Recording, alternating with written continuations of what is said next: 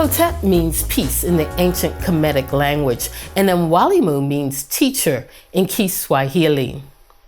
I'm ecstatic to begin season 2 of this special journey, planting seeds and growing consciousness towards empowerment through self-knowledge. My name is Mwalimu Melody Masheri Van Putten, and this is Mwalimu Dropping the Knowledge.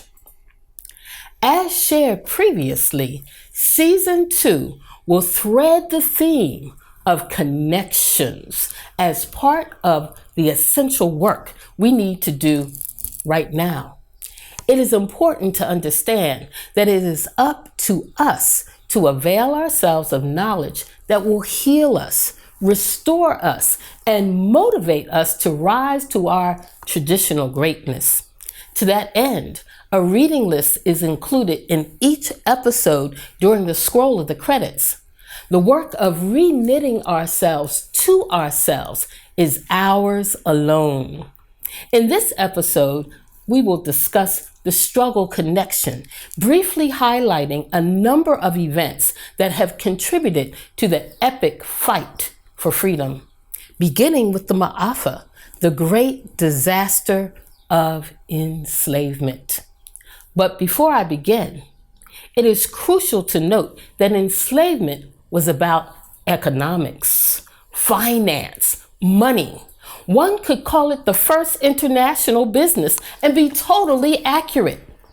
The reason why the struggle for liberation even exists is because of the immoral practice of a peculiar brand of enslavement.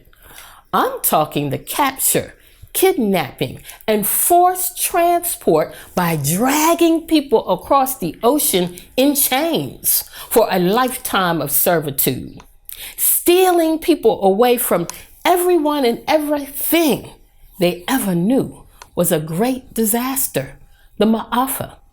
For the people who were left, they experienced a violent takeover of their land and everything they knew as well. European enslavement and colonization subjugated land and personhood, minds, bodies, and spirits. Truth be told, we are yet to fully recover. Full disclosure, African people also practiced a traditional form of slavery in which the people were still people with government protections and rights by law. European chattel slavery reduced human beings to the position of chattel, pigs, horses, goats, cows, animals, as property with no rights, protections, or even an acknowledgement of emotions as human beings. While many things have significantly changed since those very dark days, and incremental improvements are ongoing, the devastating effects of chattel slavery on people of African descent worldwide still lingers with a myriad of issues to be addressed. Part and parcel of the tragedy of enslavement and colonialism is that European invaders forcibly usurped and unceremoniously replaced traditional African ways of life, culture, values, education, religion, government, language, and sense of self.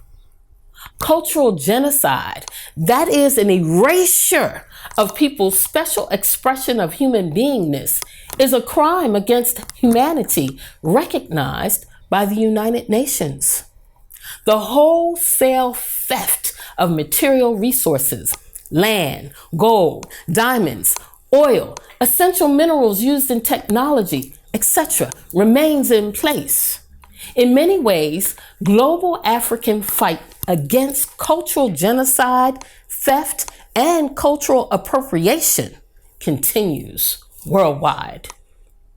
To discover and recover the best of our ancient and traditional ways is a form of Sankofa, to go back and fetch our very selves, or poetically speaking, Sankofa, the Akan people's brilliant way of saying, go back and fetch what has been forgotten, What has been lost or stolen, go back and get it. We are doing just that. Going back to fetch what belongs to us, the best of our cultural, ethical values from Ma'at, from Kemet, while mindful to let none of our good be lost from the Yoruba. We are mining the annals of a great history, one that doesn't start with enslavement, but reaches back to the beginning of time, when Africans created the foundations of world civilization, giving the world great gifts from agriculture to architecture, from mathematics to medicine, not to mention our aesthetic beauty, the pendant from our textiles to cosmetics, and also that sense of style that still influences the world. Sankofa, go back and get this history.